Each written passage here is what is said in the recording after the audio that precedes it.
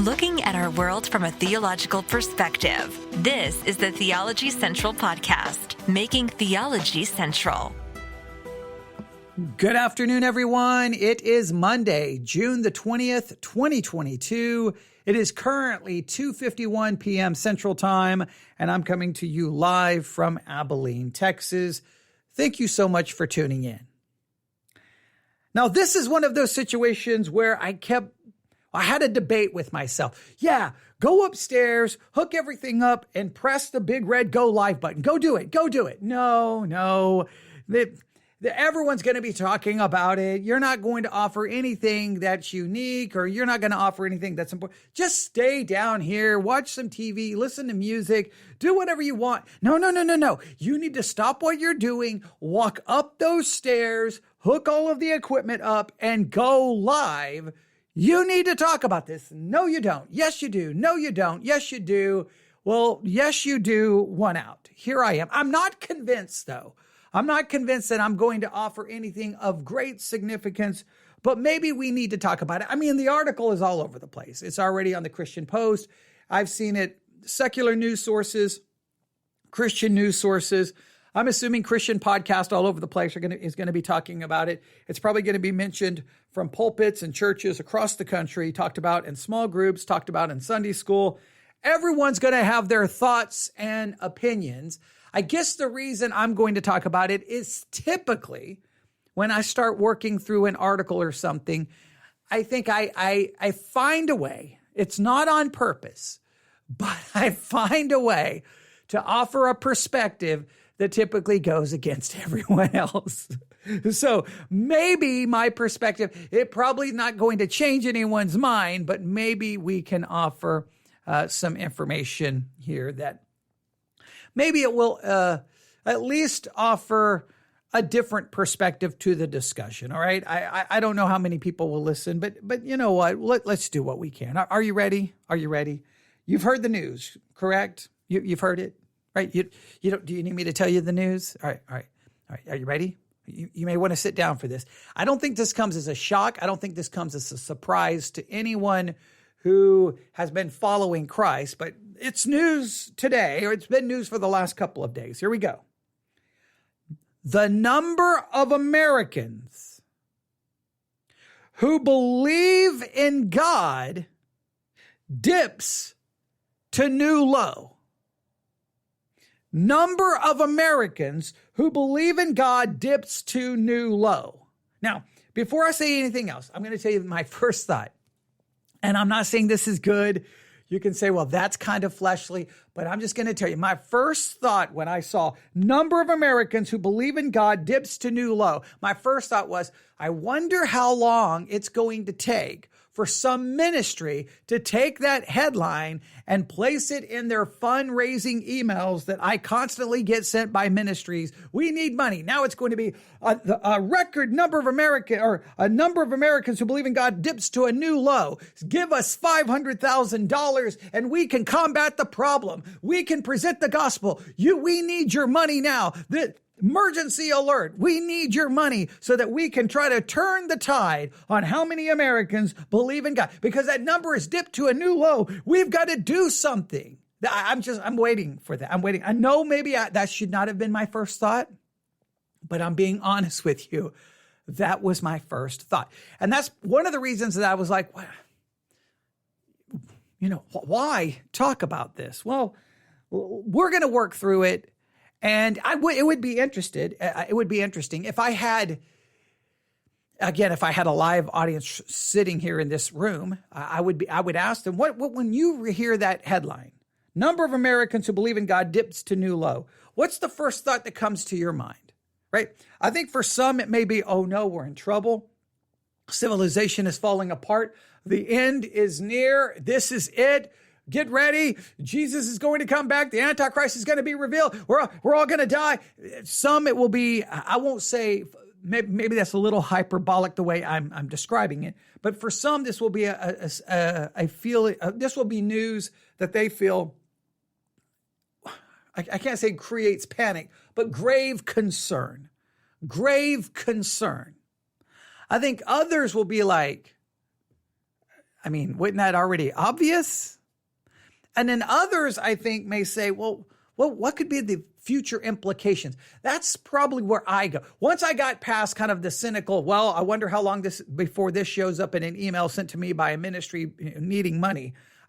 There was a little bit of cynicism there. Then my thought was, what does this mean for where we're going in the future? Not only as society, but as the church. I think there's some I think maybe that's the direction I'm going to go. Future implications for society and for the church.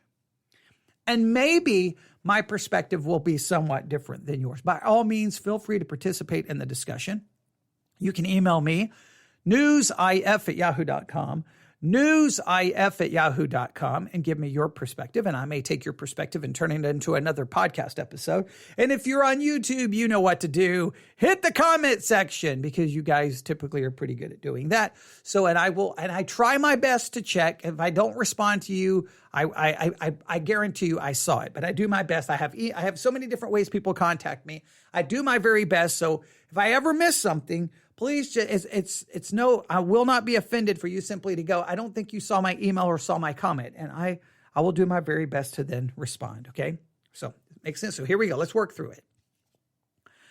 While 81% of American adults say they believe in God, the percentage has dropped 6 points since 2017 and is the lowest since Gallup polling firm started asking the question more than 7 decades ago. So the number has reached the lowest point since the Gallup polling firm started asking the question more than 7 decades ago. It's dropped 6 points since 2017. So from 2017 to 2022, it's dropped 6 points, and only now 81% of Americans say they believe in God. Now, I know that your first skeptic, a lot of people will start saying, well, even though that 81% of people believe in God, what does that mean? I mean, that can just be some generic God. It can be vague, and they can say they believe in God, but it doesn't really amount to any religious activity in their life. It's not Bible study. It's not prayer. It's just they believe in God. So yeah, I do understand that 81% is still somewhat misleading, because there's a lot of just very generic. Yeah, I believe there's something else other than us. Yeah, I believe that there's some kind of God. I don't really care to define it. I don't care to know who it is. I don't care to know what they want or think. But yeah, I believe in some kind of God. Some of that 81% really, I mean, you just as well place them in the camp of not even believing in God. But 81%. So it's dropped 6 points in 2017. So if it continues that downward trajectory, then you can see where things are headed. But it's at the lowest point, ever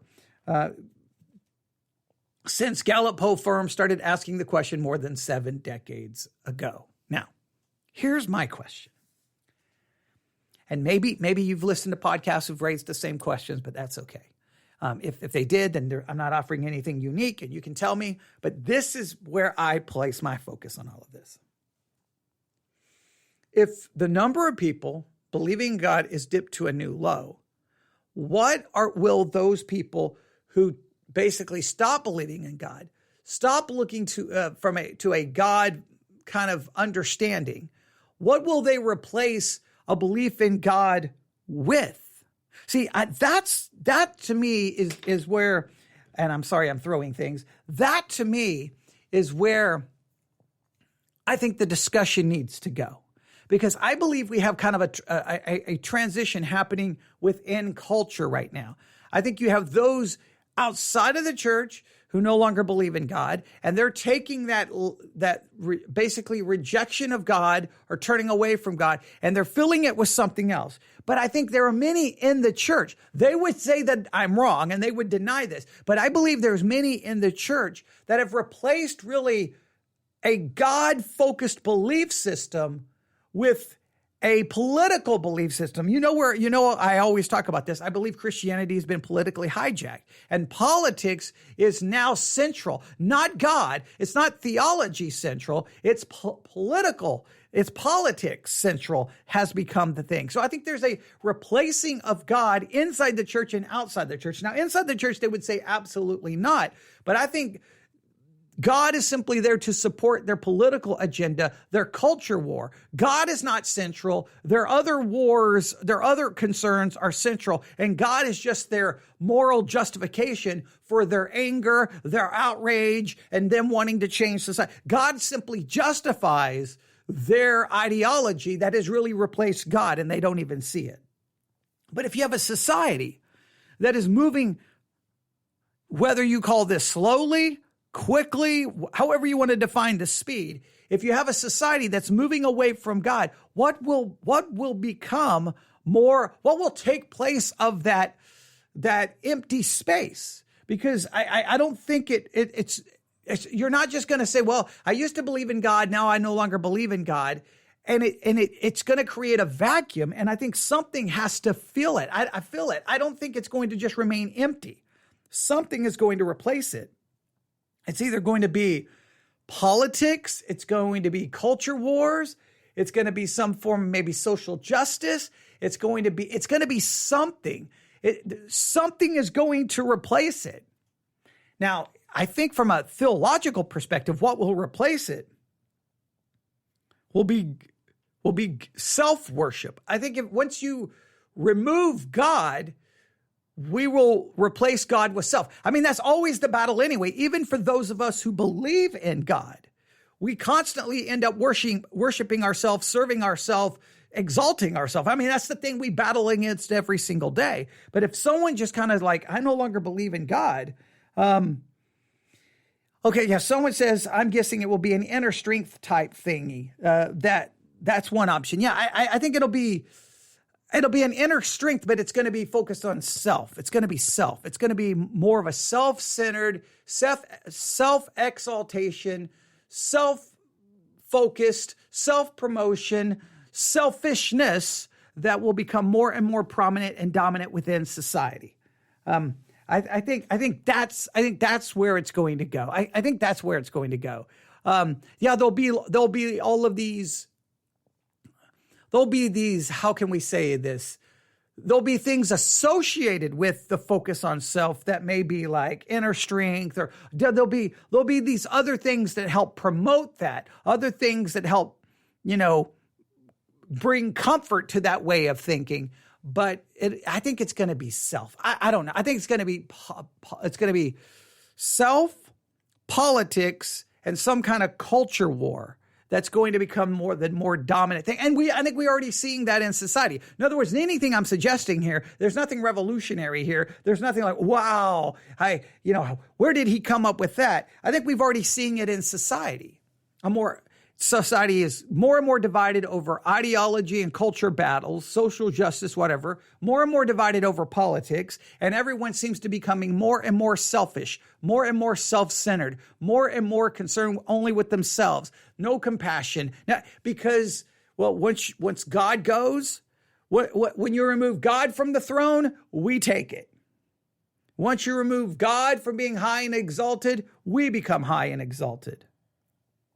So I think that to me is the most fascinating thing. As society moves away from it, what will replace it? That to me is what we need to pay attention to. Seeing where society is going, because I know. Make sure I don't want to confuse anyone. Just because society was theistic in its maybe focus or theistic in its belief system, it's not that was Christian, right? Just because theism is dominant does not mean Christianity is dominant. A theistic worldview is not necessarily a Christian worldview. Just they believe in some kind of God. But once you remove any kind of God, then self will ultimately become the dominant focus. I think it's just inevitable. It's just what happens. So the belief in God in America has dropped to the lowest point since Gallup began taking and asking questions and researching this more than 7 decades ago. Now, Gallup says when it first asked the question in 1947 and twice in the 1950s and 60s, a consistent 98% said they believed in God. In 2011, the percentage declined to 92%. And 2013, 2014, and 2017, it dipped to 87%. Now it's down to 81%. Society is moving away from a concept of God. It's moving away from it. It's abandoning it. It's turning from it. It's rejecting it. And the question is, what is going to replace it? That is the focus. Belief in God has fallen the most in recent years among young adults and people on the left of the political spectrum, liberals and Democrats. Now, I'm going to, I know. Someone just said 98% is astounding. It is astounding, but just remember, it's the most, just any belief in God would count. Any kind of theistic, I believe that there's a higher force. I believe that it can be the most generic. And I think people have always, I think society, no matter where you go, no matter unless the government tries to ban any belief in God, the natural inclination is for people to believe in a God because we are creating the image of God. Therefore, there's a spiritual aspect to us. Therefore, people are just spiritual by nature. They believe in something outside of themselves to look for purpose, for meaning, for morality, and for anything else. So I think that's kind of how it's always been, but people are moving further and further away from that concept. Now, they say it's the young adults and those on the left. Now, I'm going to say something here.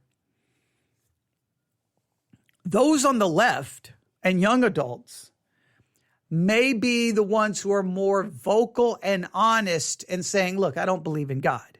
Where there may be others who want to claim to some belief in God, but their belief in God is about as meaningless can be. Oh, I believe in God. Okay. And what does that do for you? What do you do about that? I don't do anything. I think those on the left and young adults are just more honest. Oh, come on. Obviously I don't believe in God. Look at the way I live. Look at how I think. I don't believe in God. I think sometimes they're more honest. And I think others who may not be young or who may not be liberal or left leaning may be more, I believe in God. But it's just more of something that they just kind of grew up with, as something they're just supposed to do. And it really doesn't mean anything. That's my interpretation of the fact that it's liberal in young people. And I will argue that many of the people on the right who claim to believe in God, again, God is nothing more than a support for their ideology and their politics. They have an ideology, they have a morality, they have a political view, and God is the theistic justification for their views. And they just look to God to justify their views, but they're not focused on God. So I think, I don't think that's any better in any way, shape, or form. It says, belief in God has fallen to the most in recent years among young adults and people on the left of the political spectrum, liberals and Democrats. These groups show drops of 10 or more percentage points, comparing the 2022 figures to an average of the 2013 to 2017 polls, the poll results said. So left and young have dropped drops of 10% or more. So that's where you're seeing it happen the most. Belief in God is highest among political conservatives, 94%, and Republicans, 92%, reflecting that religiosity is a major determinant of political divisions in the U.S. See, if you're conservative or if you're Republican, then you're 94, 92% of those believe in God. But I call into question that. The belief in God with Republicans, I'm telling you, God is not the focus. God is simply the tool. God is simply the tool you use so that you can bash your other opponents over the head and go, I have God on my side. I have the Bible on my side. I've given the example before. United States Air Force, Airman Leadership School, right? Had to go there before I could put on the next stripe, okay? Because in the Air Force always send you some kind of school. You have to take some kind of test. So we're there for 6 weeks. All right, so they want to demonstrate that in the military, you work with people from all kinds of different backgrounds with all kinds of different perspectives. So you have to work, learn to get along with one another. Okay, got it. But they love to create these situations in class where it's going to turn into World War III. So here's what they did. They had on one side of the room, strongly agree. On the other side of the room, strongly disagree. They had little signs on the wall. Strongly agree, strongly disagree. And I can't remember, like, moderately agree, moderately disagree. I can't, just all these different ways in different categories, okay? And then they brought up some of the most controversial questions of the time, abortion, and different things. And everybody would go to their side of the room and then everyone would argue. And I sat in the middle of the room and they said, "What are you doing?" I'm like, "I'm not going to participate in this. This is so foolish." And they're like, "No, you have to." And I'm like, "Why?" I said, I know most of these people. I've worked with these people, or I've been here in this school for like 4 or 5 weeks of these people. These people have never had a meaningful conversation about anything related to theology or philosophy or anything. But all of a sudden now, everyone's going to act like they're a philosopher, they're a theologian. They're going to start, they're giving their hot takes about controversial issues when all they talk about is drinking or going out or who they're sleeping with. I'm like, it's just foolishness. It's like, find people who have meaningful thoughts and studies on these hot topics, and then let's discuss it. And they were like, "You're missing the point." I'm like, "I'm not missing the point. I understand you want to show me that I work with people with varying different beliefs. I already understand that. But this is just to argue for argument's sake." But whatever. The whole thing irritated me. And I think it was homosexuality, because we were in the military at the time during Don't Ask, Don't Tell. All right. So here are these. Oh man, there's nothing more irritating than this. All right. So people break off into their sides. Everybody starts arguing. I still just kind of stand in the middle of the room. Like, I'm not joining any of your sides because I don't agree with because you're taking sides for a far different reason than I would take a side. I would be taking a side on theological grounds. You're taking sides because of political ideology or just because of the way you're raised or whatever. And so I'm not on any of yours. I'm on nobody's side in this entire building. Okay. So yeah, I know. I don't always go along with what I'm supposed to go along with, but homosexuality came up. And so there were this one side, these people were just adamant, like, homosexuality is disgusting. Homosexuality is wrong. This is horrible. They shouldn't even be in the military. They should be prosecuted, and just like losing their minds. Now, these are the same people who are getting drunk every Friday night, going to strip clubs. Whatever their issue is with homosexuality, it's not religious. But when the arguments start going back and forth, one of them like, "Well, you know what the Bible says?" And I almost just fell out of my chair. I'm like, really? So now you're going to run to the Bible. And so I sat there and listened, like, also what the Bible says about premarital sex? Do you know what the Bible says about drunkenness? Do you know what the Bible says about love? And then nobody wanted to have that conversation, but they wanted to run to the Bible to support their view. It's not that they cared about God or the Bible, but they wanted to use God and the Bible to support their morality. And that's what I see a lot of times on the conservative side. God is simply there as my ace up the sleeve. Oh, you think that's right? Boom, God says it's wrong. Ha ha ha, I win. And it's like, God is not your ace up your sleeve, okay? God is not the debate technique. When all else fails, claim the Bible and God. It's not. And so the fact that I think those on the left feel like, you know what, I don't really believe in God. I don't care if I can't use God to win my political arguments. I just don't care. I don't need it. And those on the right, many of them, I'm not saying they don't believe in God, but many of them, God seems to be more just there to win an argument or to justify their political cause than God being central and focused. I know I'm going to make everyone mad on this, but that's when I see, 92% of Republicans and 94% of conservatives believe in God. Yeah, that's the winning side. No, I don't see that. All right. And again, it just shows that I love how they say this. Religiosity is a major determinant of political divisions. God should not be the source of our political divisions. That's why I hate politics. I hate it. I despise it. I don't like anything to dealing with it. I don't, because when everybody wants God on their side for their religious view, and it just becomes messy. I'm just not. I'm not saying there aren't Republicans out there who God comes first. I'm not saying that. I'm just saying that it's very easy for God simply to be a tool you're using for your agenda. And I'm not a fan of that. They go on to say, the poll, let's see here, looking at belief in God, region-wise, I thought that said religion-wise, region-wise, the poll found that the South has the highest number with 86%, but it is down from 93% in 2017.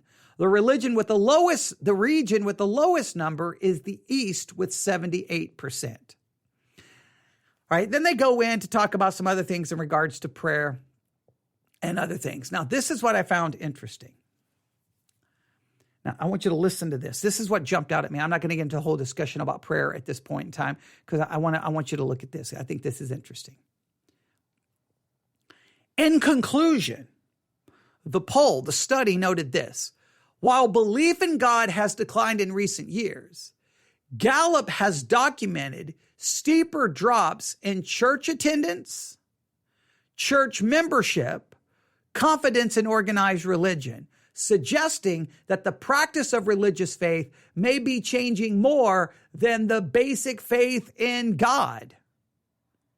What actually may be dramatically changing, the belief in God, it's down maybe to its lowest point. But I think a lot of people just claim to believe in God when it really meant nothing. I think just people now are willing to be more honest. I just think people now don't feel like I have to say I believe in God. I think people now can say, I don't believe in God. Where before they may say, yeah, sure, I believe there's a God, but it didn't mean anything. I think people are just more honest now. To me, what we need to look for is those who reject God, what are they replacing it with? I think that's going to determine a lot about society. That's going to determine a lot about where things are headed. But as Gallup noted, the belief in God is maybe not the big issue. The big issue may be that what's really changing is the practice of religious faith is what's changing. That there's going to be a lot of people out there who still believe in God. Large numbers, but they're no longer going to church. They're not a member of a church. They don't go to church. They've dropped out of church. They no longer have confidence in what they would refer to as organized religion. There's going to be large numbers of people out there who still believe in God, who still have an interest in spiritual things, who still may want to learn about the Bible, study the Bible, still have theological questions. They're just not going to call a church, visit a church, or even consider a church while looking for those answers. That, to me, is one of the major reasons why churches should be massively focusing. I mean, to me, to even talk about they should be doing this in 2022, to me seems ridiculous. Churches should have figured this out a long time ago. We've got to get our content everywhere the people are. We got to get our content everywhere the people are, because they may not call the church, but they'll hop on. Again, I've talked about how many times I get emails from people who were doing a search for something on Pandora and found us. And you're like, wait, you were looking for what? And they'll tell me what they were searching for. I'm like, wow, and they found us. That's really cool. That's really cool. Or on YouTube or wherever. People are searching online for theological answers. They're looking for stuff there. That's where they're looking. So the church has to be there. And the church can't be content to just be in some little small bubble. Or, well, we put our sermons on our website. What are you doing? Okay, the internet, they're never going to find you that way. Okay, I get all irritated. But I've been yelling about this since the 1990s. I was like, every church I was in, can we come up with a way to get our content out somewhere to somebody, even in the early stages of the internet? And everybody would just look at me. We have church services. Pat yourself on the back. You preach 3 sermons a week. Whoa. I hope you get plenty of rest. I hope you can handle it, right? And I've heard pastors like, I just don't know how you can teach Sunday school and teach Sunday morning and teach Sunday night and teach Wednesday. I would be burned out. What is your problem? Okay. What? Okay. No, we should be doing everything we can to talk about these issues. So I think it demonstrates, I think it's interesting that they realize the number may be decreasing, and that just may be more of a reflection of honesty, right? But even if it is a dramatic change, and let's say it's more than just honesty, we want to look at where their people are going. What are they going to replace it with? What are they going to replace it with? What are they going to replace it with? And I'm telling you, if they replace it with self, it's going to lead to disillusionment, discouragement, depression, despondency, suicide, frustration, anger. It will not satisfy. It will not. You can worship self only for so long, and then it becomes empty. So that's what we need to see where the world is going. All right, we need to see where the world is going. We see. I think that there is a political high. I'm going to call it. Sometimes I say the church has been politically hijacked. I think God has been politically hijacked. Political parties trying to hijack God for their purpose, which it's just got to stop. But I think there's something changing here where the belief in God is going to still remain in that high 80s. It may drop to 85, it's at 83 now. See, where is it? I got to go back to where the original number. It's at 81. Okay. It may remain, I should say, in the high 70s. Maybe into the mid 70s. Maybe even drops to 70%. But if you still have 70% of the population of the United States of America with belief in God, that's a lot of people. All right? So, but they're going to not come to the church. The church is going to have to now realize that less and less people are attending. I don't know if that's ever coming back. So churches are going to have to figure out what to do and how to get teaching to those people. So I think that's very, very important. That's what's changing. They go on to say, last December, Gallup found that 49% of Americans said religion was very important in their life, with another 27% saying it was fairly important and 25% saying it's not very important. So see, you have a belief in God, but many people say only 49% say religion is very important. Only 49% say religion is very important. So, and what do they mean by religion? Church attendance? What do they mean by that? There's a weird shift happening where churches are going to end up in just a mess. I just think that that's where we're headed. It says, Gallup noted that when first asked the question in 1965, 70% said religion was very important. That fell to 52% in a 1978 survey, though the percentage ticked up to near 60% between 90 and 2005, before declining in the past 15 years. So now only 49% say religion is important. They don't define what that means. But I think what we're seeing is a major shift. Yes, society's moving away from God, and they're going to replace it with selfishness. And that's going to have societal impact, and we're going to watch that unfold. And I don't think it's going to be pleasant, but we're going to see that. All right? But while that's happening, we have the political hijacking of God taking place. That's not good. And that's going to continue as long as people believe God can be utilized for their political advantage. Once they believe God is no longer advantageous, they will throw God out faster than the trash. They will. And that's exactly that's a whole mess right there happening. And I think that's going to be just an ugly thing in 2022. Going into the midterms, and then going into 2024, the next general election. It's politics. You can figure out the dates. I think it's going to get ugly, and it's going to be bad. And I think it's something to watch. So here's what I would say.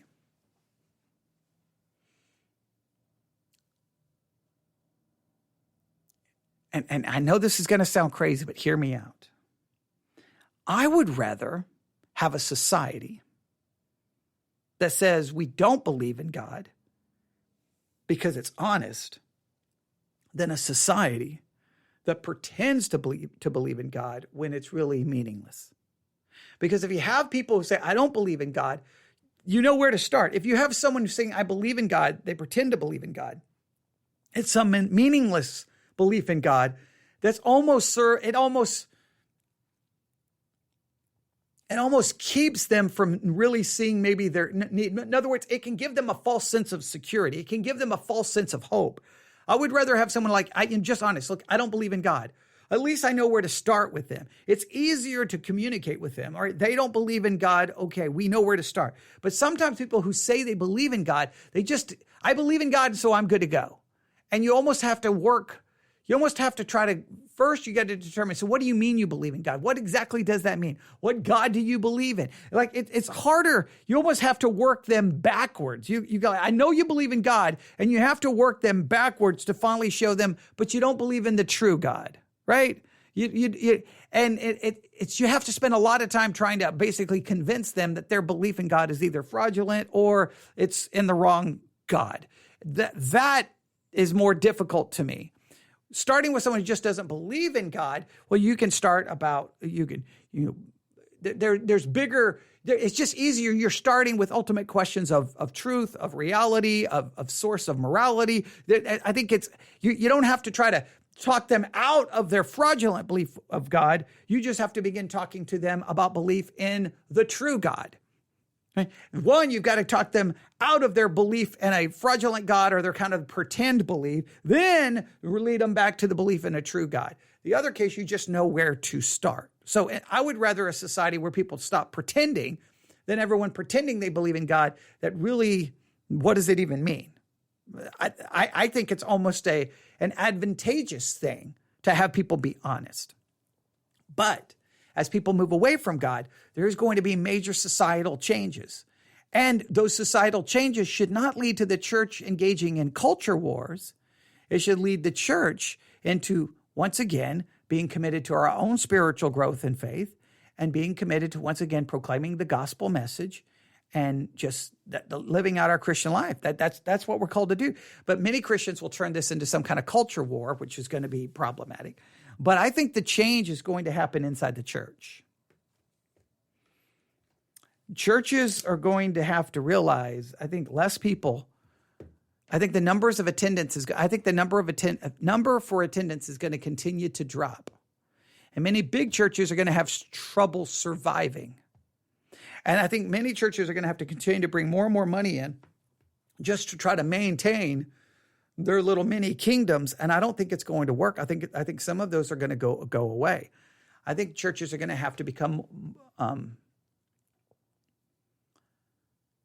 more, I don't want to say creative. They're going to have to be have more insight and more purpose in what they're doing and what they're trying to actually accomplish.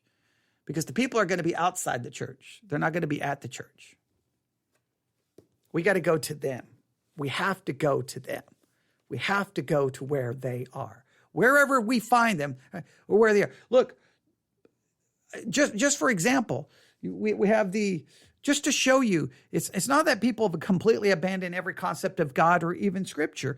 When you have the YouVersion Bible app, that's been, 500 million people use that thing? Some astronomical, crazy number. You see that people are flocking to spiritual things. It's not in many cases to a church, to anything organized. They're looking online for something.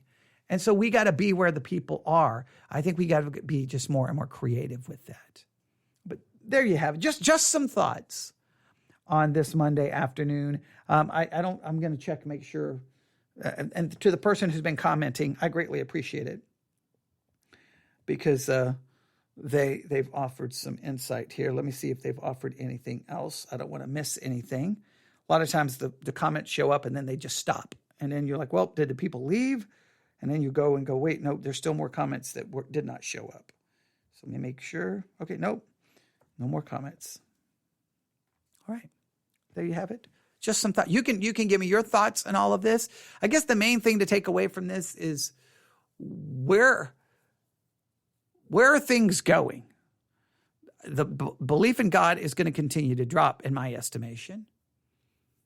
The political hijacking of God, I think, is going to continue. I think it's going to get worse in some cases.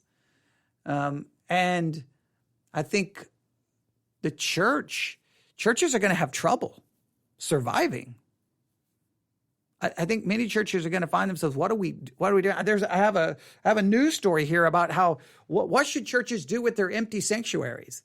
That there's these churches that the sanctuary is empty most of the time, or even when they're having service, it's half empty.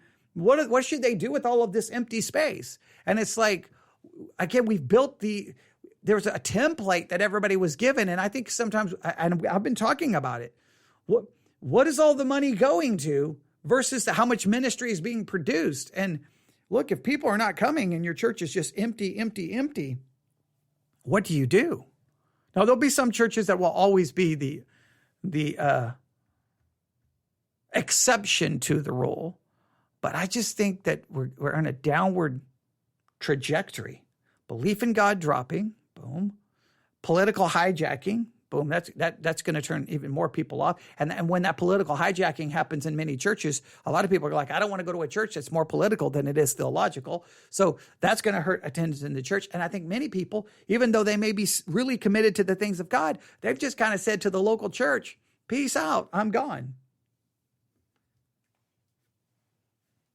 And these are things we're going to have to figure out. I think we're in a major transition period. Things are changing rapidly. And what we can do when things are in a time of flux and everything seems to be crazy, we just double down. Study the Bible, preach the Bible, try to live according to it, learn theology, grow in a grace and knowledge of our Lord Jesus Christ, share it with as many people as we possible, love people, just basically live out your Christian life. The same thing that is true no matter if there's 99% of the people believing in the true God or 0% believing. No matter what's happening in society, there's still things that we're just called to do no matter what. And we have to just double down on that and not allow all of this transition to completely destroy what we're called to do. All right. I don't know if that was helpful. I don't know. I don't feel like it was, but 41 minutes at least. I put it this way. I threw out my ideas and you can throw out your ideas by emailing me, newsif@yahoo.com. All right. Thanks for listening. Everyone have a great day. God bless.